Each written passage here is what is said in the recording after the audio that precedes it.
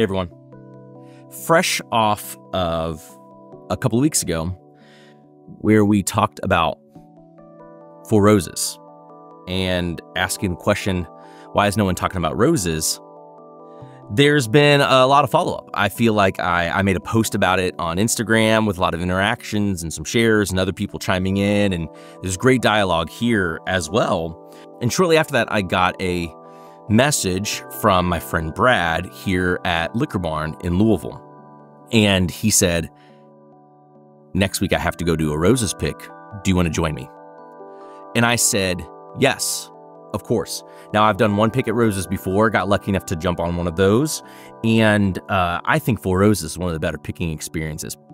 But with all the confusion and difficulty navigating things when it comes to roses, I thought maybe I should do a recap here, maybe splice in some video content that I got on my phone so it'll just pop up here somewhere, but then kind of talk to you all about the roses process of picking and then kind of what goes through my head while doing something like that at a distillery like Four Roses. Does that sound okay?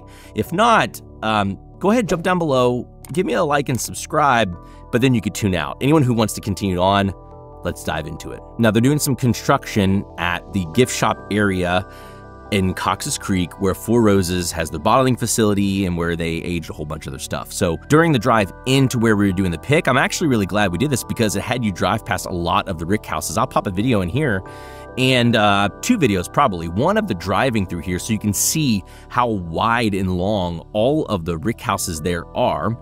And then another one that I did as a reel on Instagram and probably a short here too to show you the different sizes of different ricks for those who are not super familiar. The main reason I want to point that out is because one of the things that we talk about with roses, as you can see from these rick houses, is that they are short. And in that shortness, when we talk about tiers, the biggest thing about roses is that they have these smaller warehouses. And part of the reasoning for that is so they can have a more consistent flavor profile overall. Us nerds who chase after the barrel picks, we'll talk about the differences between tier 1 and tier 6, but we're not talking about this last rick house here that's Jim Beam where it's like 7 floors when we talk about tiers. We're talking about just levels, meaning there's a row of barrels, a row of barrels, a row of barrels, a row of barrels, something like that. So you can see there's not a whole lot of elevation change between what's top and bottom here, which is going to give them overall a more consistent profile. But the rules still follow the same. Lower in the rick house will have a slightly cooler environment. Ones at the top will have a little bit more heat, a little bit more water evaporation, maybe some higher proofs. It's just more controlled than other warehouses when it comes to Four Roses.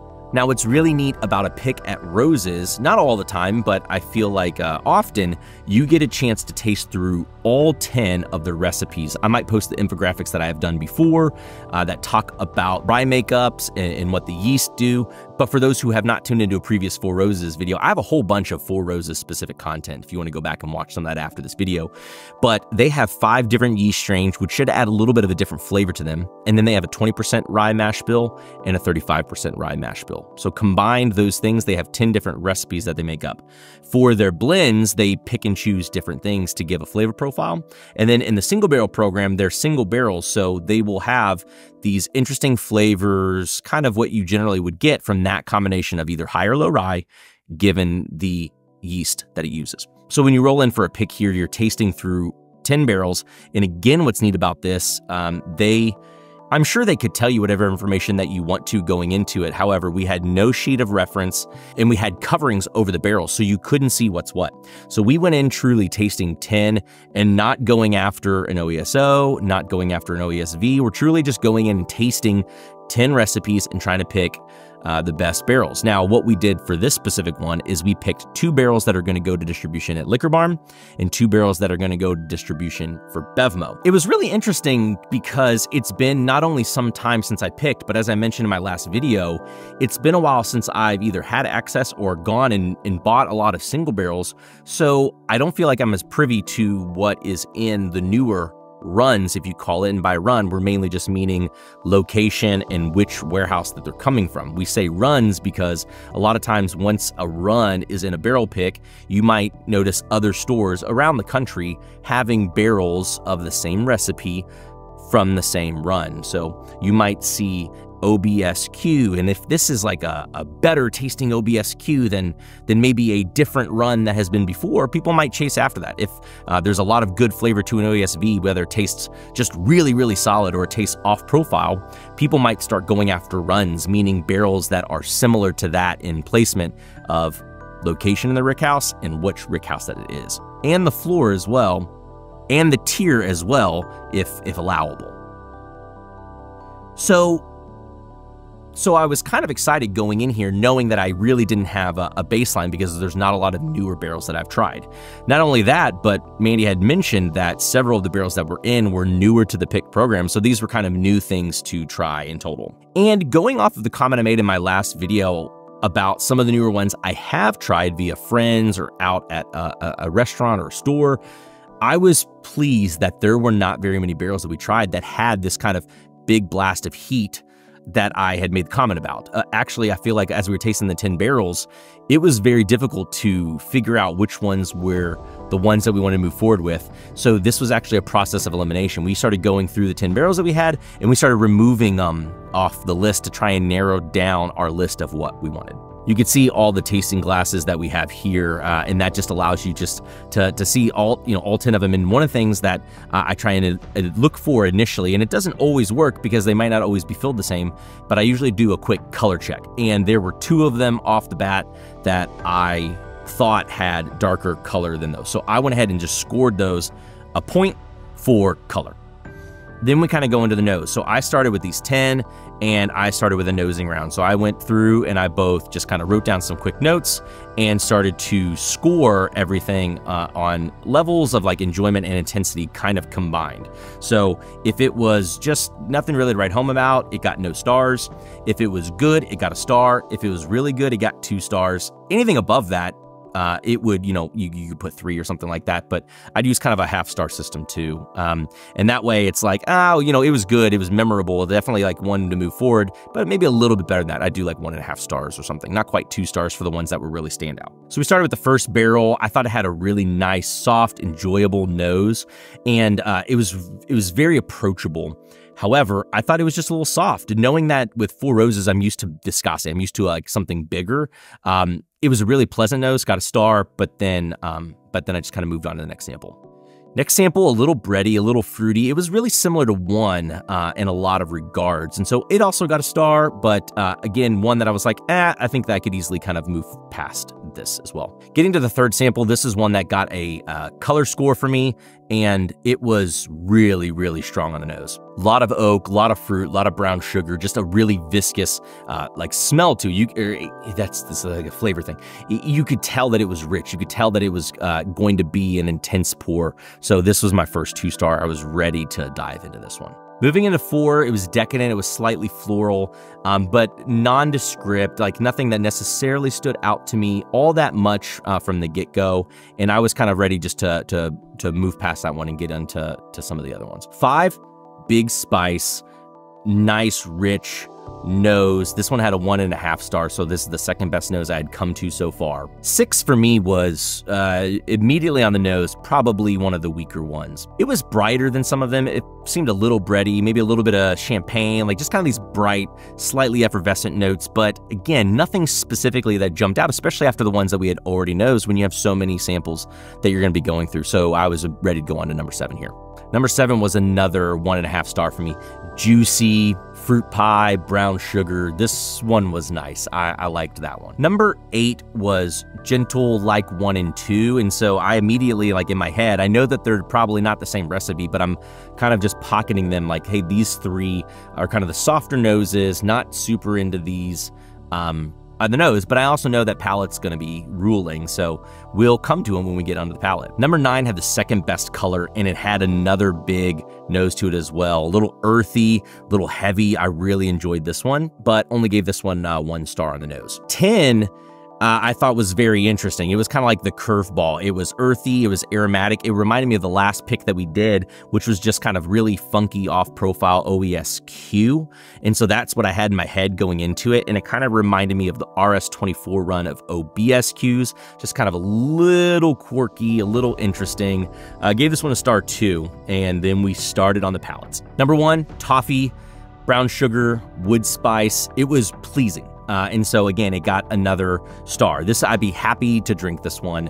And the nose was fine, the palate was fine, but wanted to keep going before I started getting into any sort of fatigue. Light oak, kind of a clinging mouthfeel, so I liked that, but it had this herbal spice thing that in general, when it comes to roses, isn't exactly what I lean towards. And so I think I gave this about a half star on a palate. Like, it was good, it was fine, but I was ready to dive into some of the other ones, especially knowing that the color score was going to the next sample. Now, given what I just said about like herbal and spice, it was interesting coming to 3, because 3 was super viscous on the palate. Lots of spice, big herbal finishing, but also a ton of fruit. I mean, this one had huge mouthfeel, great viscosity. This one was dynamite. Right now, I'm in my head, I'm going like, this is one of the strongest barrels here. The palate of 4 made up for the nose of 4. Again, I'm drinking it, not necessarily nosing it, and it is what the first one that I described as crushable. A little herbal, caramel, it's like a Werther's. Had some leather in the palate, but there was like a candy corn, caramel corn-like note there that I just couldn't get away from. Like, of all the things I'd had so far, it was like the first thing I'd kind of consider a negative against one of the pours. So while it was super crushable and drinkable, there's that note that I kind of just couldn't get over. 5 was solid all the way through. It was big, it was bold, it was balanced, caramel, mint, oak. I mean, this was just like super solid drinker. Very happy with this one. It wasn't like a big standout necessarily, but definitely a really good bourbon. So this one was already being flagged again as another one to like consider towards the end. 6, already I was a little iffy on the nose, and then on the palate, it was a little bit brighter and like a little bit more what I would say salty than the rest of them. Sweet brown sugar, oak, I wrote down completely fine. Like, it was completely fine, but it was that salty thing that I said, to me, this is gonna be the first one I'm ruling out of here. 7 had a bit of a lighter palate, good brown sugar, balanced oak, tobacco, cherry. This one was what I had noted, like probably the easiest drinking, most like unison pour of all of them. And so I'm flagging this one too, like, hey, this one's super solid. The problem with this one is that as it lasted in the glass, it started to fade. It started to get a little bit weaker. And that, as we started discussing, seemed like maybe a weaker sign. But I'm still flagging this one for right now. 8, crushable palate, again soft, some chocolate ganache, some brown sugar. Again, reminding me it wanted 2. And these 3, I feel like I can already tell in my mind, like, these 3 are going to be ones that I could easily rule out. They're just a little on the soft side. They're really enjoyable, but they're just they just don't have as much as some of the other ones. So that's kind of where I'm pocketing that thought right. 9. Huge caramel and cream bomb. I mean, this one is another rich, viscous one. And again, keep in mind, this is the second one that I said had the color point as well. So I don't feel like I'm forcing this on there, but it was, again, another big, rich, viscous one with a little bit of licorice kind of lingering to the finish, which I don't normally gravitate towards that when it comes to roses, but I couldn't deny this was a super solid barrel. Number 10, easy drinking. It was cherry, it was oak, it was chocolate. The earthiness was still kind of there, like on the nose. I still in my head am kind of thinking, hey, maybe this is OBSQ. And it was good, but just missing a little something. So now that we've tasted and nosed through them, it was time to do some debrief. I feel like 10 and 6 were the first ones for us to kind of cut. 6, just that brightness, I kind of vocalized, hey, this is just a little odd. Like, we should knock this one out. And we had to bring it down to 4. So 6 is out. 10, just missing a little something, taking it out. So we're going around and around here, and I'm kind of forgetting how it goes as we're talking, but I feel like over time, as I kind of thought on the palates and the noses, 8, 1, and 2, they all need to go. They're just not as strong as the other ones there. But then we ran into a bit of a debate where Brad was a big fan of crushable number 4, and I was a big fan of crushable number 7. Now, I kind of got ahead of myself just a little bit ago when I was talking about how that pour was doing over time, because simultaneously, 4, which I was not necessarily a big fan of from the get-go, started to taste better the more that it sat. And I started to really enjoy that sweetness. And again, it's a very crushable profile. So what we did here is we knew that 3 was going forward. we knew that 9 was going forward.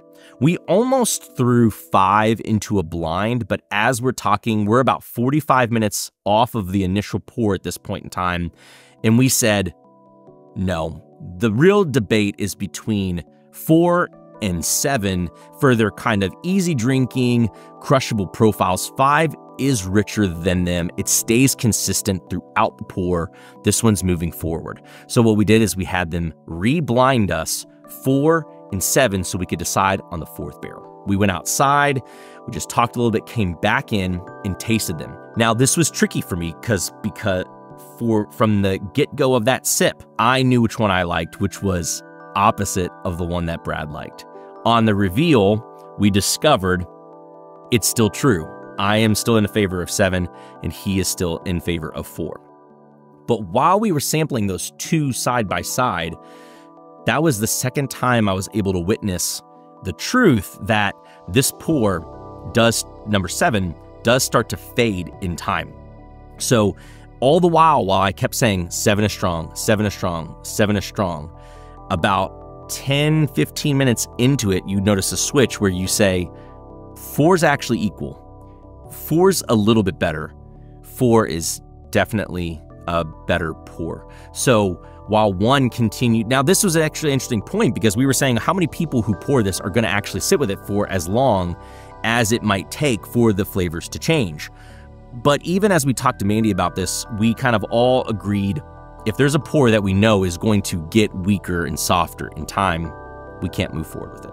So 7 was out, and now it's time for the reveal. These picks were all between almost 9 years old, so like 8 or 9 months, up to 11 years old. We found out that the first barrel that we tried was an 11-year Tier 1 OBSF. So I didn't really know what to make of it. Again, softer profile, could be that it's Tier 1, could be that it's more relaxed because it's had more age, but either way, we were fine. We moved on to the second sample. Second sample, 10-year, 1 month, Tier 3, and this was an OBSQ. So it's true that the first two were OBs, different yeast strains, different floors, different ages, so why they kind of both had that kind of softer thing, no real discernible ties to that, but it is what it is.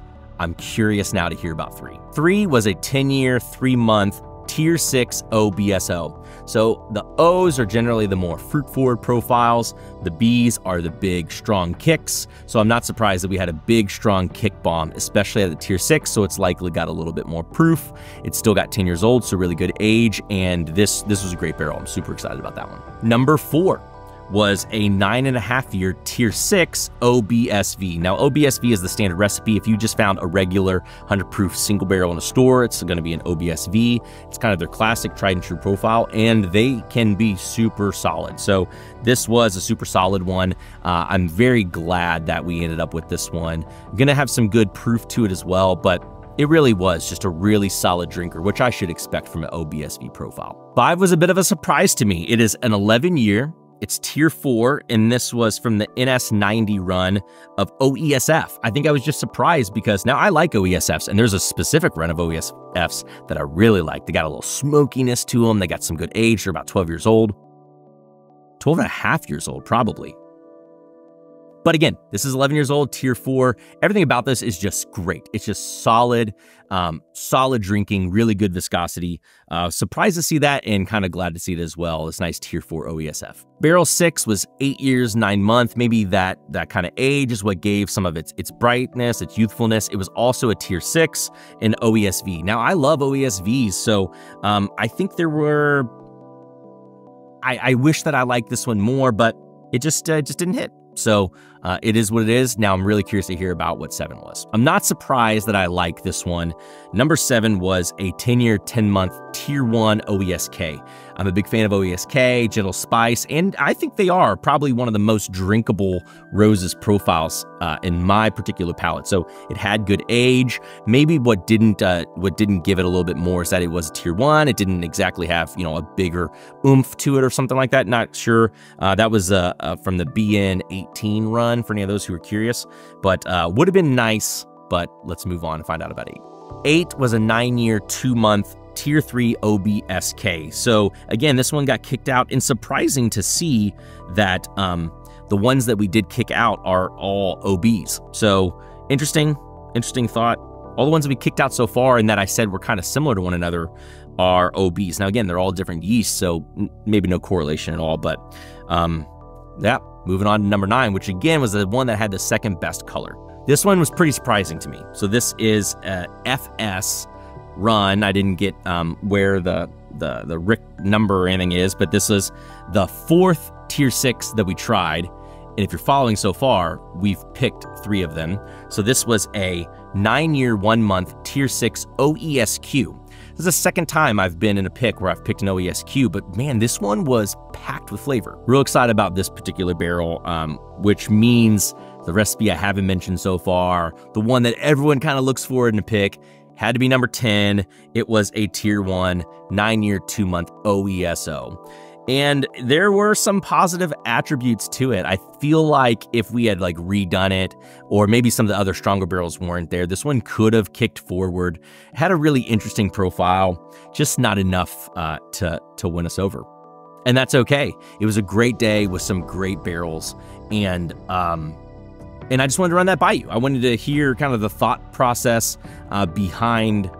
I don't know if this will be a widely watched video, but maybe it allows you to see the kind of the thought process going into a barrel pick, specifically going into a Roses barrel pick, and specifically when you don't know what the recipes are, and you're just going by flavor, kind of what you're wrestling, what kind of your things that you're picking up prior to doing that. I think at any point in time, you could probably say, what are the ages? What are the age ranges? You know, is this this recipe? I'm sure they might give you some of those pieces of information during the process, but I was very thankful to be able to do this because we are then finding just really nice barrels and not letting a run or a specific recipe sway our decision. If we would have been swayed into the OESV, I mean, as we said, OESV and OESO, 2 recipes that I feel like are pretty popular, were the first 2 that we omitted, and then the last one we omitted was another one that I generally would lean towards OESK. If I went solely based on what I like, what I generally would like going into it, we would have picked 3 barrels, possibly picked 3 barrels that were just not as strong as the other barrels to show up. And that's the beautiful thing about it. And that's what I love about Roses. A great opportunity. Super thankful to Brad to be able to do that. And man, it was just kind of reignited again to be able to try these newer recipes, to be able to try these newer barrels, newer runs, just revisit some of these profiles I haven't had in some time. It was enjoyable to do that. And man, I love the barrel pick program. And I'm hoping we can get something like that in for Sealbox soon now that we've been able to carry some Roses products. A long video today, guys, might be even longer because I don't know how much I'm going to chop this up. I might just kind of let it flow as much as I can to save me some time on such a long video edit, but hope it was informational. Hope you guys find it interesting, and if not, hey, there's another video coming up here pretty soon. I'm on vacation next week, so you probably won't see a video from me. Be a surprise if you did, but we'll pick up back after that. Thanks as always for tuning in to another video, guys. Hope it was insightful, informational. Let me know if there's other things you want to hear me talk about, whether it's Roses, whether it's other newer releases, or what you'd like to hear me talk about in the comments down below for upcoming videos here on the channel.